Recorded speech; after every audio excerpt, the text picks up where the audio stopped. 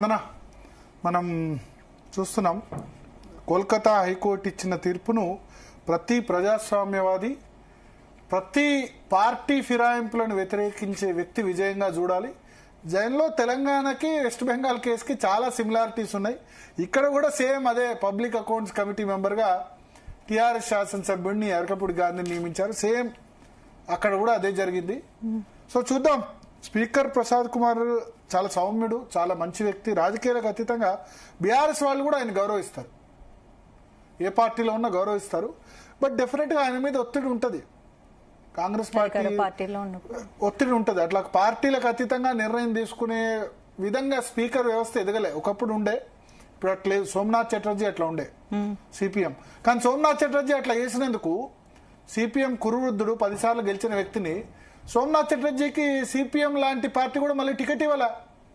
2004 to 2009 Somnath Chatterjee speaker కదా, party కంటే bigger అయ్యారు, పార్టీ కంటే ఆయనకు పాపులారిటీ వచ్చిందని సిపిఎం లాంటి లెఫ్ట్ వింగ్ ఐడియాలజీ ఉన్న పార్టీ కూడా సోమనాథ్ చటర్జీని పట్టించుకోలేదు. అంటే చూడండి, అంటే పార్టీల మాట వినకుంటే కమ్యూనిస్టులు కొంత అంటే నైతిక విలువలు దీని విషయంలో ఉంటారు కదా, పార్టీ ఫిరాయింపులు ఇటువంటి విషయాల్లో ఉంటారు కదా. ఆయన మాట వినలేదని చెప్పి, అంటే యూపీఏ ప్రభుత్వం ఆ విషయంలో మాట వినలేదని చెప్పి ఆయనకు నెక్స్ట్ టైం టికెట్ ఇవ్వలేదు సోమనాథ్ చటర్జీకి. Communist Party of India, Marxist కూడా. సో అట్లా ఇప్పుడు ప్రసాద్ కుమార్ కూడా ఏదో గొప్పగా చేస్తాడని నేను అనుకోను. మా అంటే దాన నాగేంద్ర కడియం శ్రీగారి వరకు వేటేస్తాడు, మిగతా అందరినీ కూడా వదిలేస్తాడని నేను అనుకుంటా. చూద్దాం. ఒకవేళ గనక నిజంగా ఆయన వేటేస్తే, ఈ 8 మంది మీద కూడా వేటేస్తే చరిత్రలో నిలిచిపోతాడు. Prasad Kumar will be in the history. Maybe Congress అధిష్టానము లేకపోతే కాంగ్రెస్ ప్రభుత్వం ఆయన్ని తప్పివచ్చు, కానీ నైతిక విలువలు కట్టుబడి ఉండి వేటు వేశాడని చరిత్రలో మాత్రం ఖచ్చితంగా నిలిచిపోతారు. చిన్న బ్రేక్ తీసుకుందాం.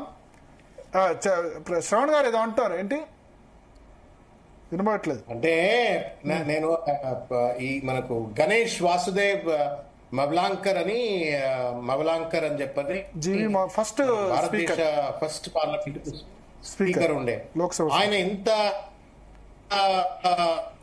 అంటే ఈ రాజ్యాంగబద్ధమైనటువంటి స్వయం ప్రతిపత్తి కలిగినటువంటి ఒక కుర్చీల్లో కూర్చున్నటువంటి వాళ్ళు ఎట్లా ఉండాలనటానికి మవలాంకర్ గారు ఒక ఆదర్శం.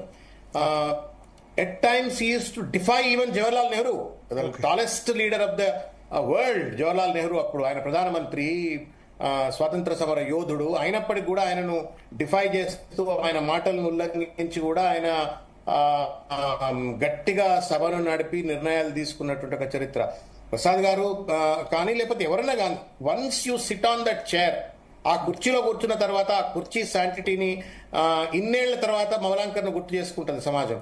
అట్లా ప్రసాద్ గారు కూడా ఆయన ఔన్నత్యాన్ని పెంచుకునేందుకు, ఆయనకంటూ ఒక చరిత్ర రాసుకుంటేందుకు. ఎమ్మెల్యేలు చాలా మంది వస్తారు పోతారు, స్పీకర్లు చాలా మంది వస్తారు పోతారు, కానీ ఫ్యూచర్ జనరేషన్స్ లో ఒక చరిత్ర ఆయనకంటూ, ఆ చరిత్రలో సువర్ణాక్షరాల్లో అరే పలానా పెద్ద పులి 10 మంది ఎమ్మెల్యేలను డిస్క్వాలిఫై చేసాడు తప్పు చేస్తే అని చెప్పని పిల్లలు భవిష్యత్తులో ఆయన పేరు మీద పాఠం చదువుకోవాలంటే ఇవాళ ఈ ముకుల్ రాయ్ జడ్జిమెంట్ ను బేస్ చేసుకొనైనా సరే ఆత్మ ప్రబోధంతో ఆయన ఈ 10 మంది ఎమ్మెల్యేలను డిస్క్వాలిఫై చేయాలి. మీరు ఇంతకుముందు అంటున్నారు 8 మందిని ఇద్దరిని చేయొచ్చు, ఇంక 8 మంది. ఇది 80% డిస్క్వాలిఫై అవుతారండి. Court will anyway disqualify because already path has been laid by the high court of Calcutta. కాబట్టి తప్పనిసరిగా అందరు డిస్క్వాలిఫై అవుతారు.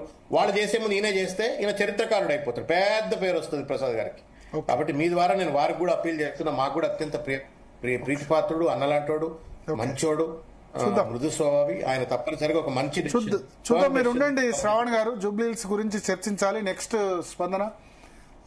జూబ్లీహిల్స్ చాలా మంది ఆసక్తిగా ఎదురు చూస్తున్నారు రేపు ఏం జరగబోతుందని. సో మనకు